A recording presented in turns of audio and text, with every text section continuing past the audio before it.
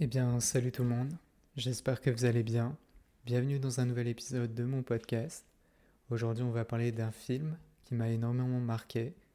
Il s'agit d'Eternal Sunshine of a Spotless Mind. L'objectif de ce podcast, c'est simple, c'est de vous donner envie de regarder le film. Donc, si vous n'avez pas vu le film, n'hésitez pas à rester, parce qu'il y aura une partie où je ne vais pas spoiler le film, et cette partie sera destinée à vous. Et il y aura une partie où je vais spoiler le film, qui sera destinée aux personnes qui ont déjà regardé le film et qui souhaitent connaître mon opinion personnelle vis-à-vis du film.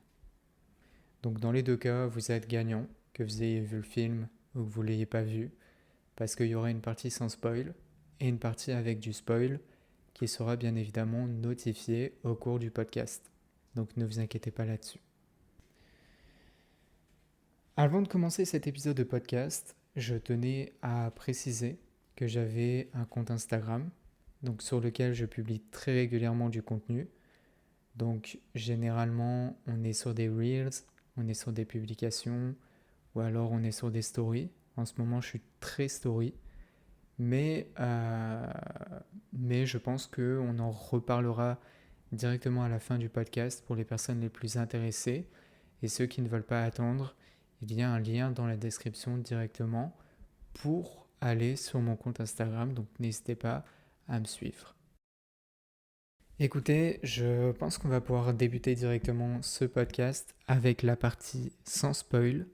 Donc pour ceux qui n'ont absolument pas vu le film, qui ne savent pas ce qu'est Eternal Sunshine of a Spotless Mind, n'hésitez pas à rester. Cette partie elle est destinée directement à vous. Donc n'hésitez pas à rester. Alors, qu'est-ce qu'on peut dire par rapport au film? Alors déjà, dans un premier temps, on va présenter le film.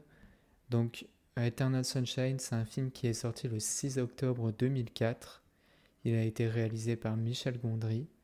Donc Michel Gondry qui est un réalisateur français, qui est d'ailleurs né à Versailles, pour les plus connaisseurs d'entre vous. Au niveau du scénario, on a plusieurs personnes.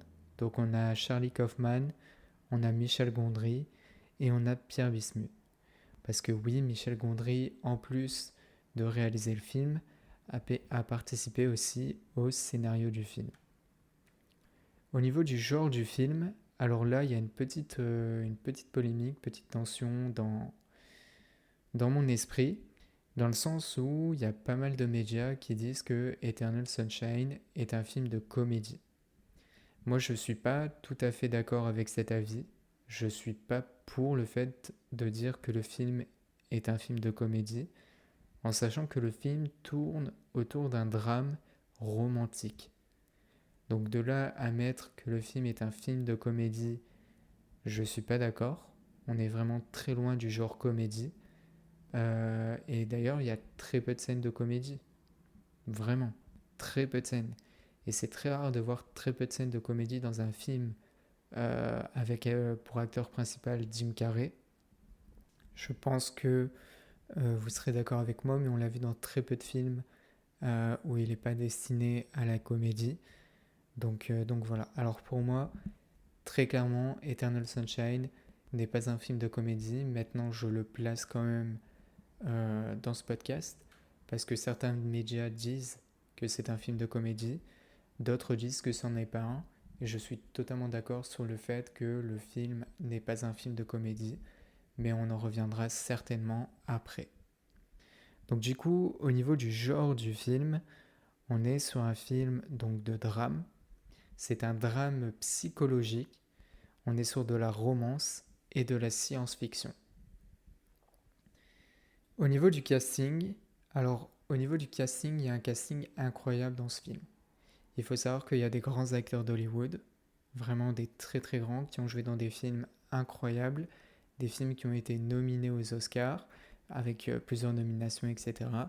Donc voilà, et au niveau du casting, vous allez voir, si vous n'êtes pas choqué, je ne comprends pas. Donc déjà, dans le rôle principal, on a Jim Carrey. Jim Carrey dans le rôle de Joel dans le film, qui sort littéralement de sa zone de confort, dans le sens où il incarne un personnage qui est complètement dépressif et monotone, chose qui sort complètement de son côté comique, parce que Jim Carrey, on a pu le voir dans des films comme The Mask, là dernièrement on l'a vu dans des films comme Sonic, en tant que Dr. Eggman ou Robotnik, hein, si vous préférez. Je pense que l'un des films les plus sérieux aussi où on l'a vu, c'est aussi The Truman Show, qui m'a beaucoup marqué, qui a marqué beaucoup de personnes aussi. Donc Jim Carrey, qui est dans le rôle principal du film. Ensuite, on a Kate Winslet. Je ne sais pas si j'ai très bien prononcé son nom, mais en tout cas, cette actrice qui a joué dans un grand film, à mon avis que vous connaissez tous, Titanic. Voilà, rien que ça. On peut finir là-dessus sur sa filmographie, mais elle a joué dans d'autres films, notamment Divergente, hein. Donc voilà.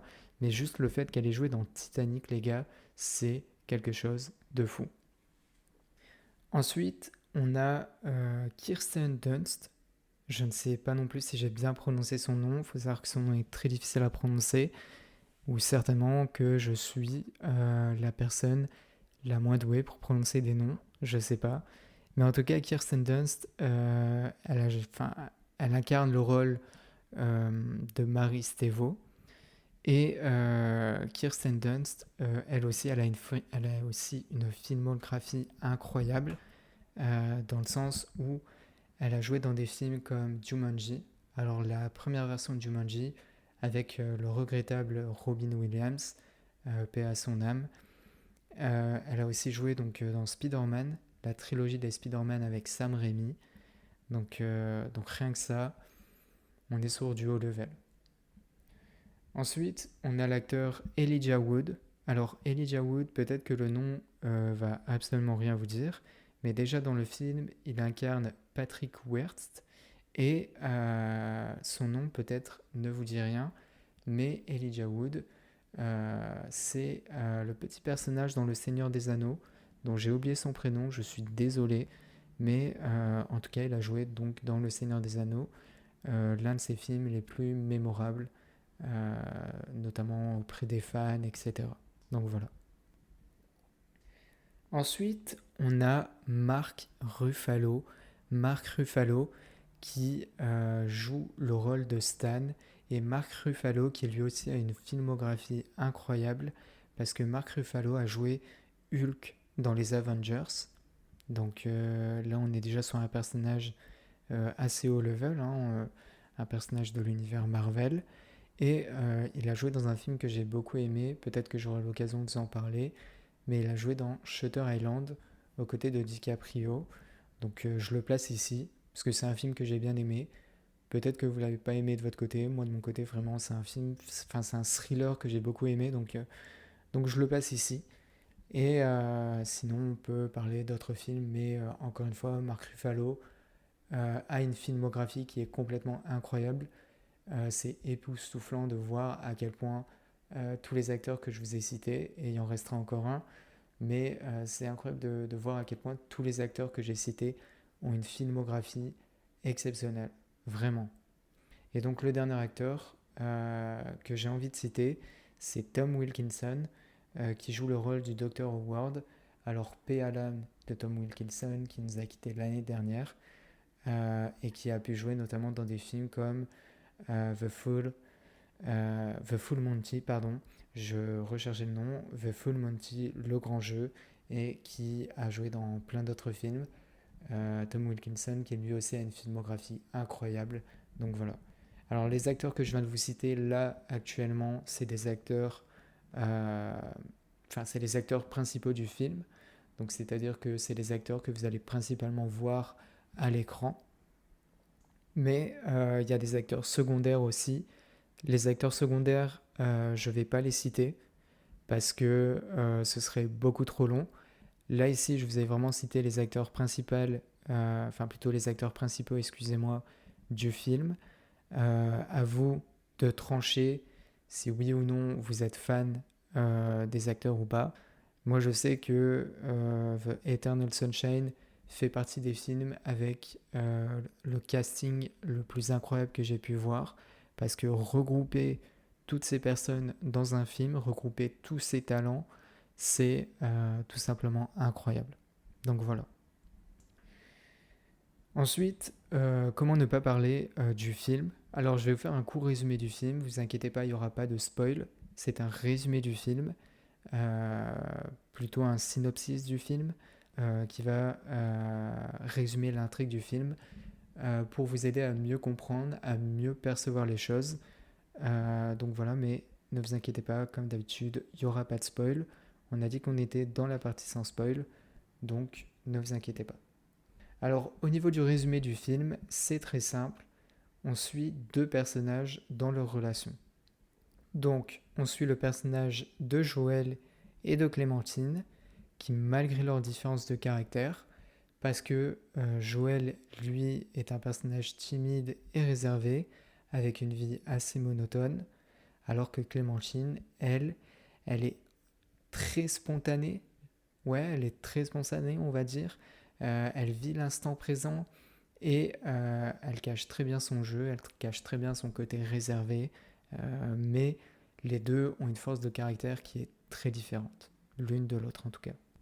Les deux vivent en tout cas une belle histoire, mais un jour, Joël, qui renda visite à Clémentine sur son lieu de travail, mais donc celle-ci ne la reconnaissant pas, donc du coup Clémentine ne reconnaissant pas Joël, euh, et ayant du coup une relation avec un autre homme, rendant Joël complètement anéanti.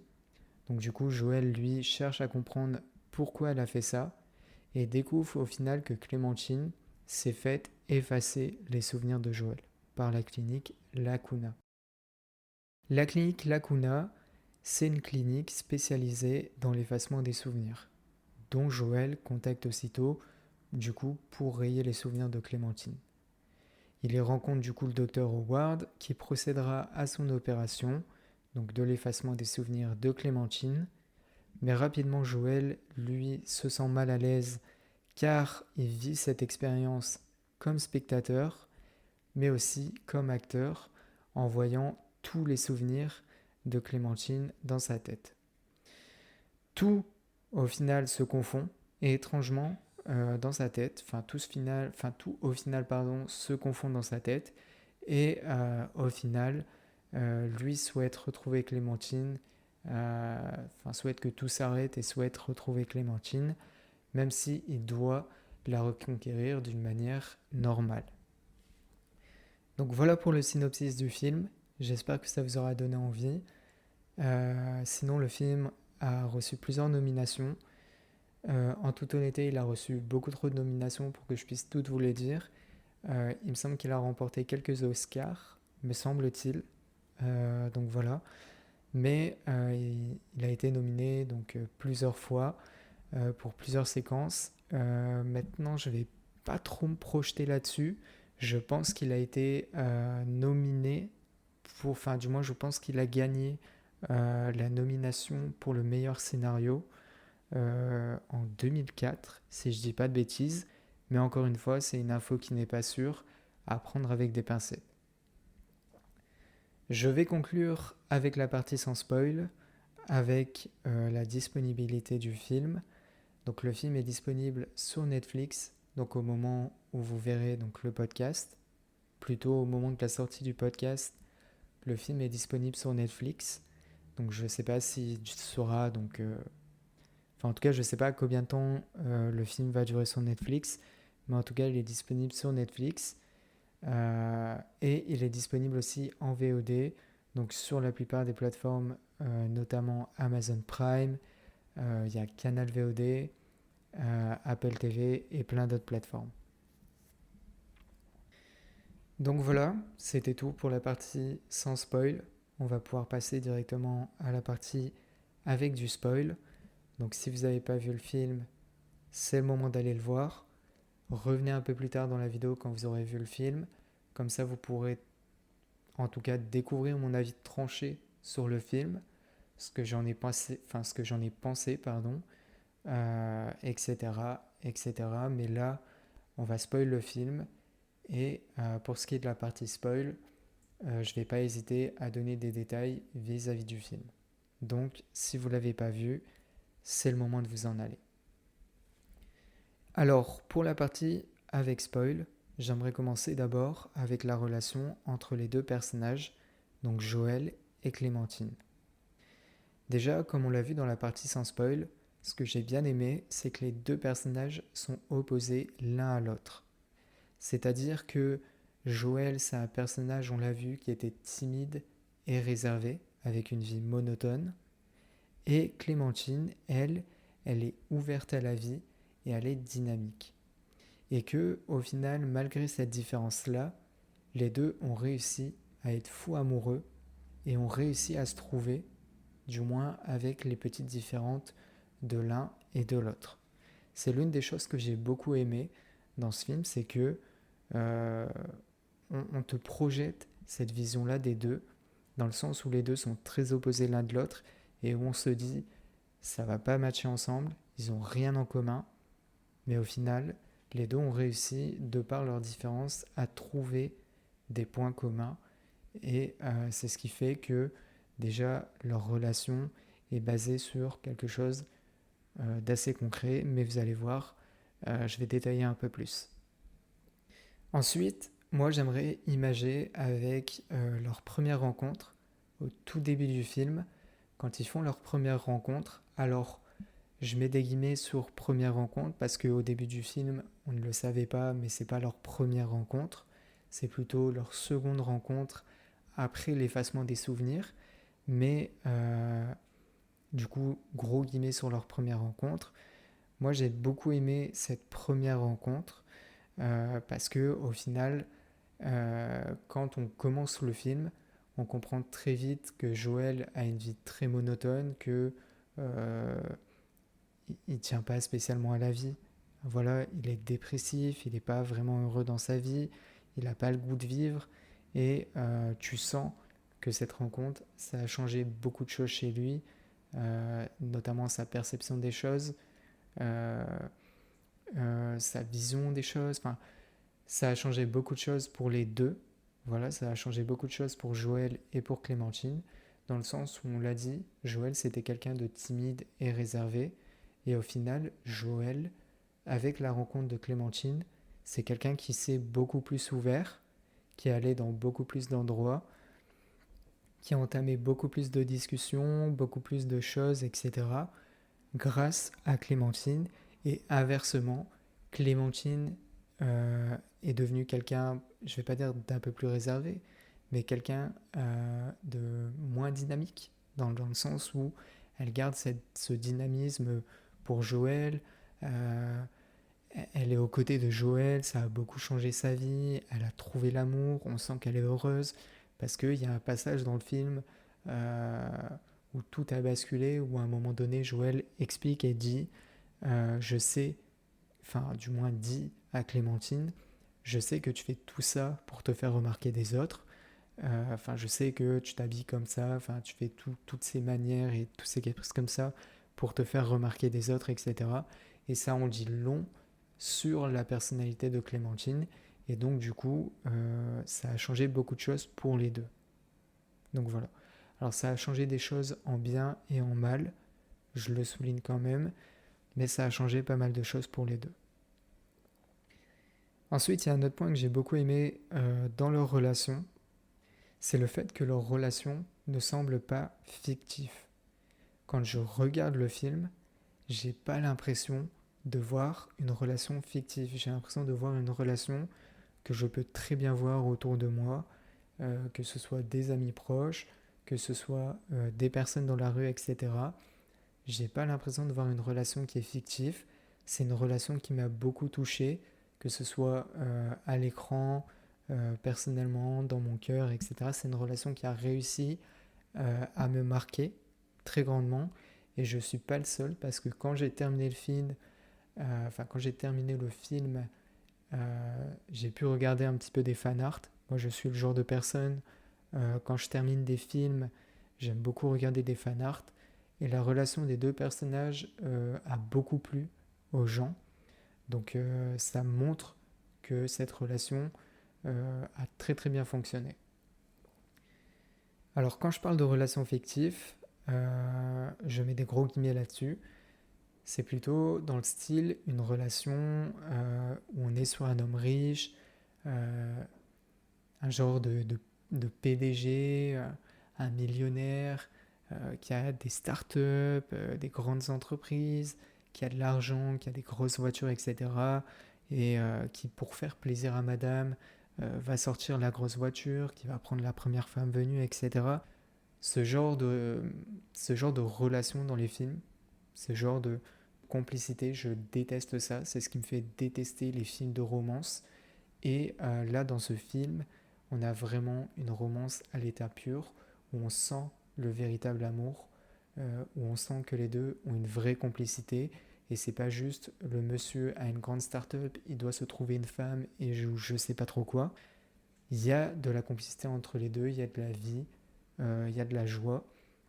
C'est une relation où on peut très certainement se retrouver, dans le sens où il y a plusieurs scènes quand on est plongé dans la mémoire de Joël. Il y a plusieurs scènes où on se rend compte que les deux ont une vie, je vais pas dire monotone, même si je pense peut-être que c'est un peu le sens, mais les deux ont une vie assez banale au final. Les deux mangent dans des restos classiques. Il y a une scène où les deux carrément s'embrouillent au resto. Enfin, s'embrouillent. Euh, façon de parler, mais plutôt, je sais pas comment le dire, mais emploient des phrases qui sont euh, pas très convaincantes les uns envers les autres, enfin entre eux. Donc on peut dire que entre guillemets c'est une embrouille, mais sans vraiment en être une. Donc voilà. Et ils font ça au resto. Ils ont une vie totalement classique dans le sens où euh, les deux font des choses basiques, des balades, des promenades au bord de la mer. Euh, ils rigolent, ça peint, ça discute, ça rigole ensemble, etc. Donc on sent une véritable complicité entre les deux qui, je trouve, est très bien retranscrit à l'écran et ça fait du bien à voir. Très sincèrement, ça m'a fait du bien de regarder toute cette complicité. Donc voilà. Euh, Ensuite, j'aimerais parler d'autres choses. Donc j'aimerais parler aussi du coup de leur complicité. Voilà. Je pense qu'on a abordé un petit peu tous les points, enfin quelques points de leur complicité, mais on n'a pas tout abordé de leur complicité. Et moi, j'ai pas mal de choses à dire vis-à-vis de leur complicité et que du coup, leur complicité, elle est si forte. Et il faut savoir que pour Joël, ça tient énormément. Et c'est un point qui met beaucoup en évidence dans le film parce que c'est un peu aussi le principe du film. Le principe du film, c'est avant tout que Joël récupère et garde les souvenirs de Clémentine pour pouvoir la reconquérir. Sauf que malheureusement, ça n'a pas fonctionné. Mais il y a un très beau happy ending à la fin. Donc du coup, euh, tout va pour le mieux, mais on aura l'occasion d'en parler juste après. Mais leur complicité, en fait, fonctionne vraiment à l'écran et en fait, ça crée les yeux. C'est que il y a une scène. Alors, je vais l'expliquer du coup parce que j'ai pas l'occasion de pouvoir vous la montrer. Mais il y a une scène où les deux sont allongés sur de la glace et où Joël dit maintenant, je connais le bonheur. Et il dit ça à Clémentine. Voilà, il la regarde droit dans les yeux, il dit maintenant je connais le bonheur, et il lui dit je suis heureux. Tout simplement, il lui dit je suis heureux. Parce que, comme on l'a dit au début, Clémentine lui a fait changer sa perception des choses, sa vision de la vie, elle l'a fait complètement changer. Et inversement, c'est la même chose pour Joël, parce que, il me semble-t-il, à un moment dans le film, Clémentine dit à Joël, je change souvent de couleur de cheveux parce que ça reflète mon état d'humeur. Et ben ça aussi c'est un point qui est incroyable, c'est que il y a rien qui est laissé au hasard dans le film, c'est des petits points comme ça qui sont incroyables à regarder et à comprendre, et les deux arrivent à créer quelque chose de formidable et on le ressent très pleinement dans les souvenirs. Donc on peut parler de plusieurs choses aussi au niveau de la complicité. Euh, on peut parler aussi du fait que Clémentine se laisse pas faire, malgré sa perte des souvenirs et que Joël est plongé dans ses souvenirs avec Clémentine. Les deux, au final, se battent pour continuer à rester ensemble. Je pense qu'aussi la fin m'a énormément marqué. On va d'ailleurs en parler et je pense qu'on va conclure. On va conclure avec la relation entre les deux personnages avec la fin. Mais la fin, c'est un happy ending de malade. En fait, c'est un cliffhanger de fou dans le sens où on ne sait pas vraiment ce qui va se passer. C'est-à-dire que quand on regarde le film, on se dit, ok, il va réussir à récupérer les souvenirs de Clémentine, il est en train de se battre, c'est en train de se faire, etc. Sauf que, à la fin, c'est fou. C'est fou, c'est que la fin, c'est... Enfin, la fin, on pourrait se dire c'est un adieu. Mais en fait, au final, cet adieu se transforme en au revoir. Et les deux, au final, continuent de se battre, l'un à l'autre. En fait, il y a un moment donné où j'avais l'impression qu'à la fin, le personnage de Joël a abandonné complètement l'idée de retrouver Clémentine. Mais complètement. Dans le sens où, à la fin, carrément, il sort de la maison, un peu du mal à se retourner. Pour lui, c'était un adieu. Pour Clémentine, c'était un au revoir. Et au final, happy ending de fou, parce que les deux se retrouvent grâce au rendez-vous de Clémentine, qu'elle a pu donner donc, dans la scène finale. Donc, ils ont pu se retrouver tous les deux, et donc le début du film prend du sens. Donc, parce que ce qu'on a vu, en tout cas au début du film, c'était la fin du film, donc en plus long du coup, où on comprend un peu mieux, et aussi le fait que les deux personnages ont pu écouter leurs cassettes. Nous aussi, parce qu'au final, nous aussi, on n'a pas pu écouter leurs cassettes, donc on a pu comprendre ce qui a été reproché aux uns et aux autres. Voilà. Donc notamment, je crois que de la part de Clémentine, ce qui a été reproché, c'est le fait que Joël ne soit pas assez masculin. Il y a un peu cet air de gamin, de mauviette. Je crois que c'était un truc comme ça qu'elle avait reproché à Joël. Quant à Joël, lui, il disait beaucoup de bien de Clémentine, parce que lui, au final, il avait du mal. Il avait du mal à ressasser tout ça. Mais il disait aussi quand même pas mal de mal, dans le sens où il disait, voilà, je sais qu'elle a besoin de se faire entendre, de se faire voir, etc. Donc des trucs comme ça. Et au final, les deux ont pu écouter leurs cassettes respectives et ça a créé un bouleversement total envers les deux. Où on pourrait se dire, ok, en fait, ces cassettes-là, ça les a pas aidés ça les a pas aidés à comment dire, à retrouver leur chemin. On pourrait se dire ça, mais en fait, au final, si, ça les a aidés à repartir à zéro. Moi, je trouve que le fait de pouvoir écouter les cassettes, que les deux ont écouté les cassettes, c'est le point de départ, c'est le retour à zéro de leur relation.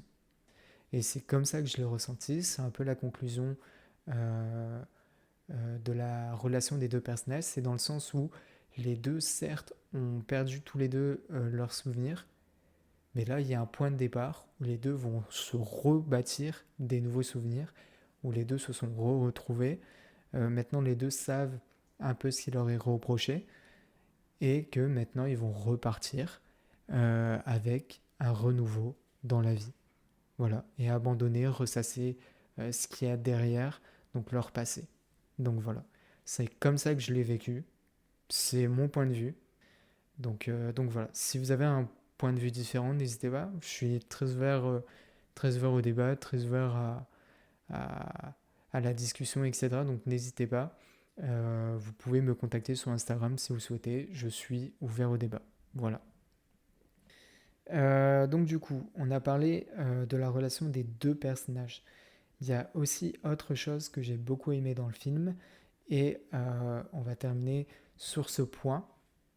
Et après, on se fera une petite conclusion et on conclura l'épisode. Mais du coup, ce que j'ai beaucoup aimé, c'était l'histoire du film. Alors, comme j'ai dit tout à l'heure, je suis pas sûr, mais je crois que le film a gagné la nomination aux Oscars du meilleur scénario. Et ben, c'est totalement mérité. Dans le sens où, ce que j'ai beaucoup aimé dans le film, c'est que le film, on le vit à travers les souvenirs de Joël. C'est-à-dire que le début du film, on ne le vit pas à travers les souvenirs de Joël, on vit le film à travers les souvenirs de Joël à partir du moment où il est endormi, à partir du moment où il décide d'oublier ses souvenirs de Clémentine. On vit le film à travers ses souvenirs et je trouve ça incroyable parce que ça nous en apprend plus sur sa relation avec, avec Clémentine. On voit aussi que en termes de souvenirs, sa vie est très monotone, qu'il n'a pas vraiment des très bons souvenirs de sa vie. On en apprend plus aussi sur le départ de Clémentine.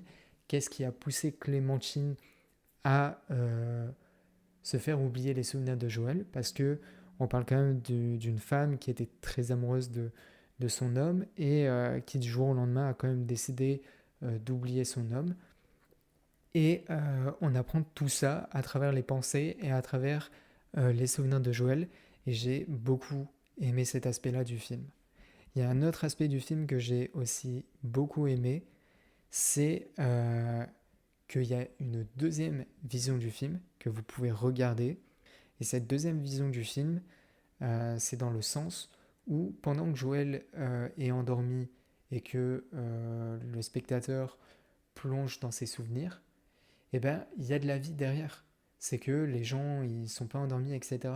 C'est qu'il y a des événements pendant que Joël dort.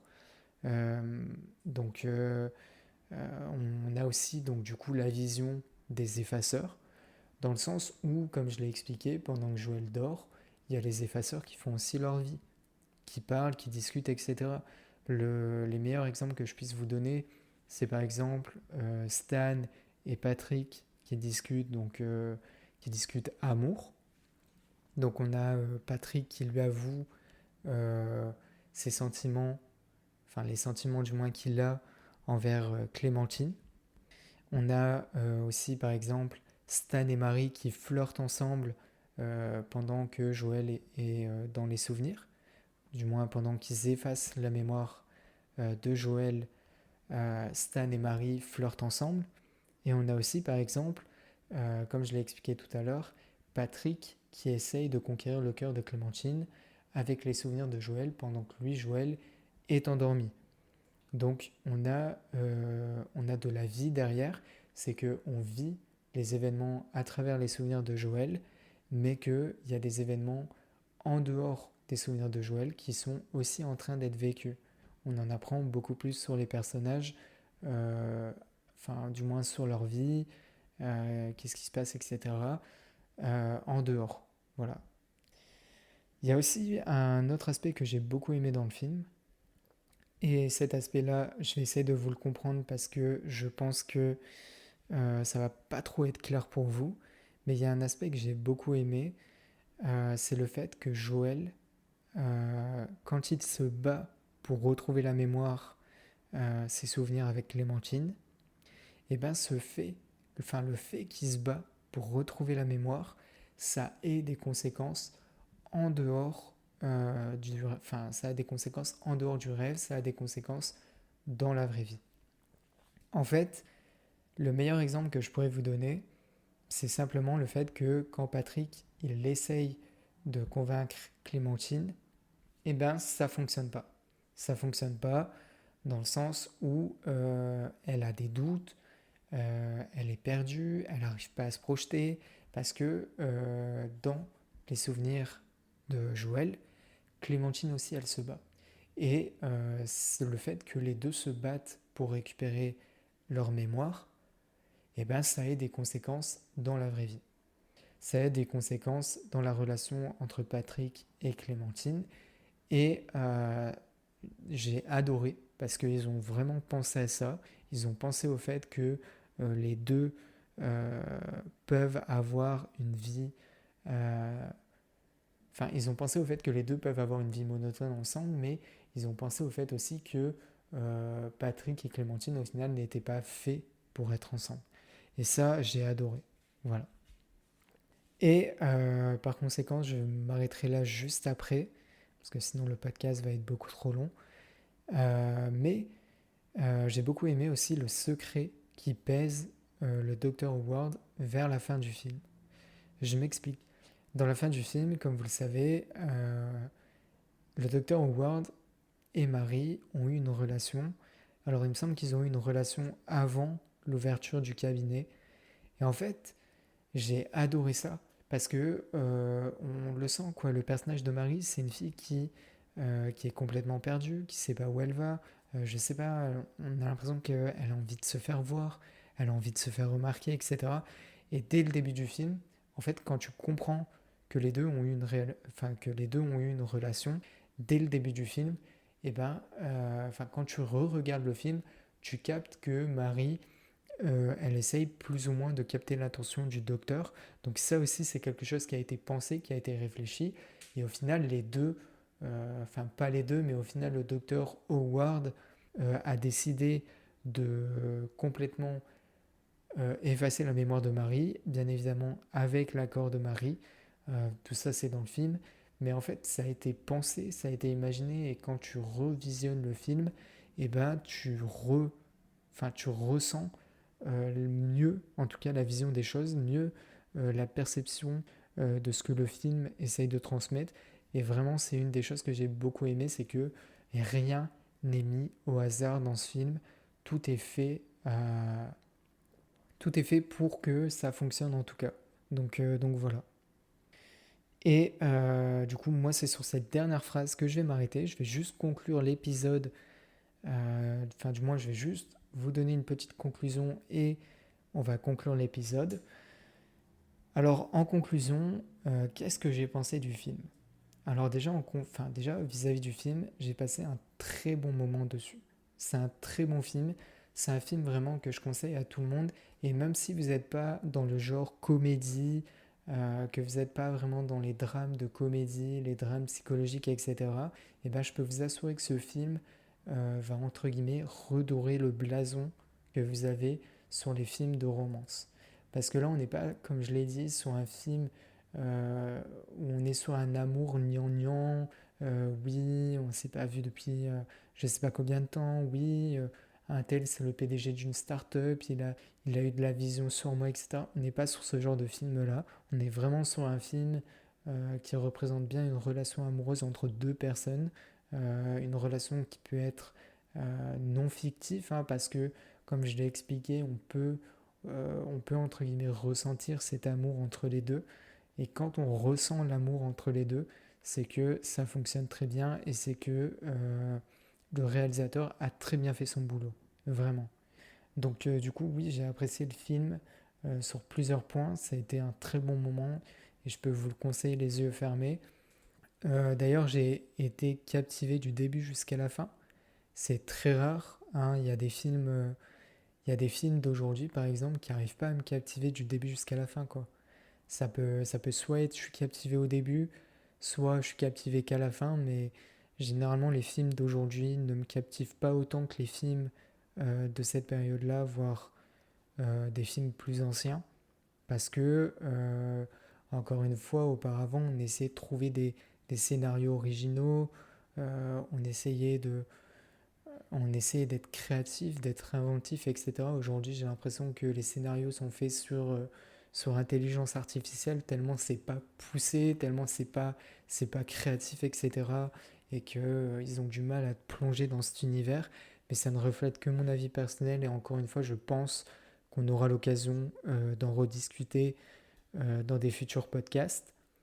Mais du coup, ouais, j'ai pas été déçu vis-à-vis du film. J'ai été captivé du début jusqu'à la fin.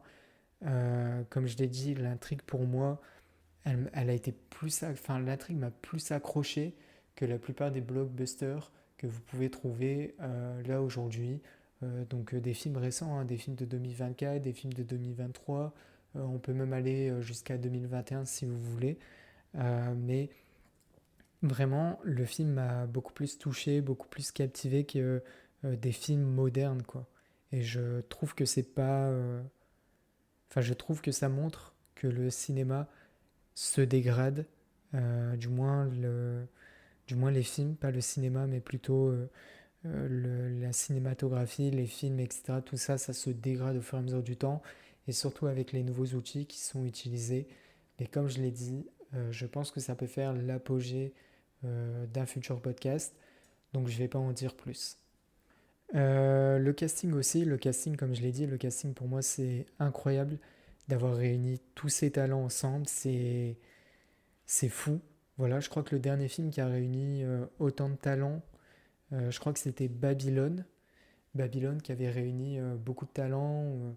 Je crois qu'il y avait aussi Once Upon a Time in Hollywood, etc. Il y a des films comme ça, etc. Mais le casting, encore une fois, de ce film, c'est incroyable. Ça regorge de talent. C'est beau, c'est captivant.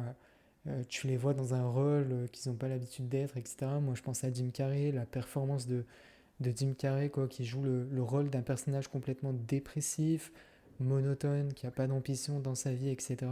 C'est un rôle qui a très bien fonctionné pour lui et, euh, et il l'a très bien joué, il l'a joué à la perfection. Alors je sais que sur le plateau de tournage, ça l'a rendu un peu dépressif le film, etc.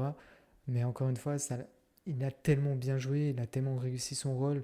Comme j'ai dit, c'est très rare de voir Jim Carrey dans des films autre que de la comédie.